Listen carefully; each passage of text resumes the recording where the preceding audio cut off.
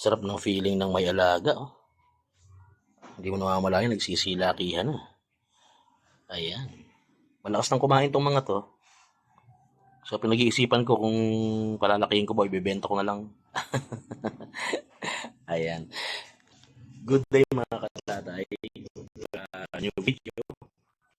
So, as promised, i-share ko sa inyo kung paano ba natin malalaman kung buntis na yung alaga natin. Pinasampahan man natin yan o AI. Kahit wala pang 21 days, kahit weeks pa lang, manonotice nyo na buntis na yung alaga nyo.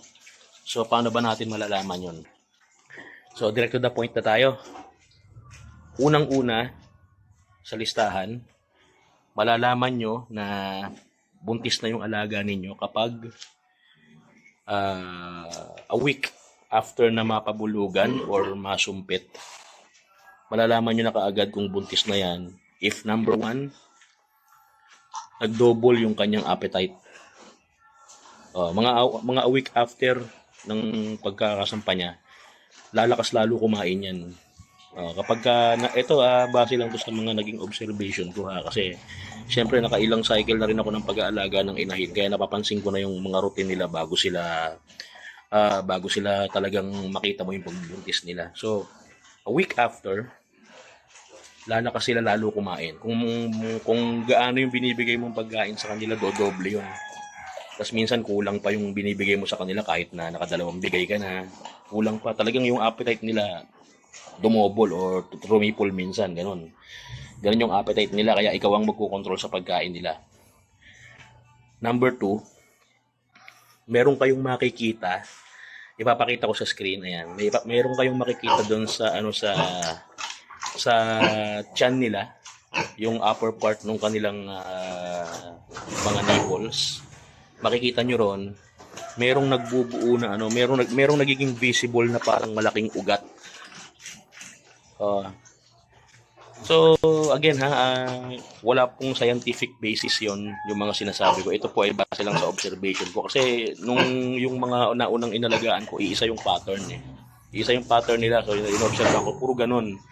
So maari na ganun, so baka makatulong sa inyo. So ayun nga, number 2, meron kayong makikitang lining na ugat doon sa kanilang tiyan. Visible yan, makikita nyo yan. Malama sa upper part ng kanyang mga nipple.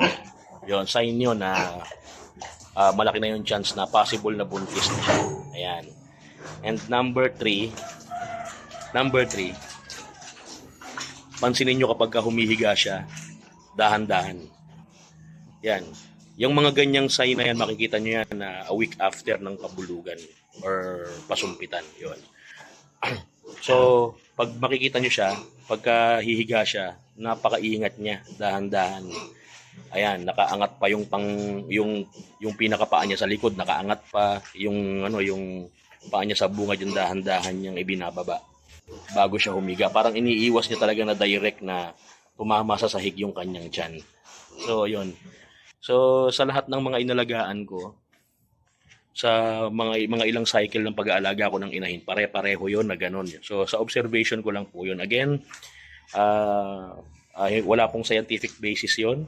Yun lang po ay base lang po sa observation. So baka makatulong sa inyo. And I think parang ganun nga talaga dahil wala pang pumalya doon sa sa mga inalagaan ko na ganun. Pag nakikita ko silang ganun, pag nakikita ko yung mga indicators na ganun, buntis talaga ang kinakalabasan. Ganun talaga yung nangyayari.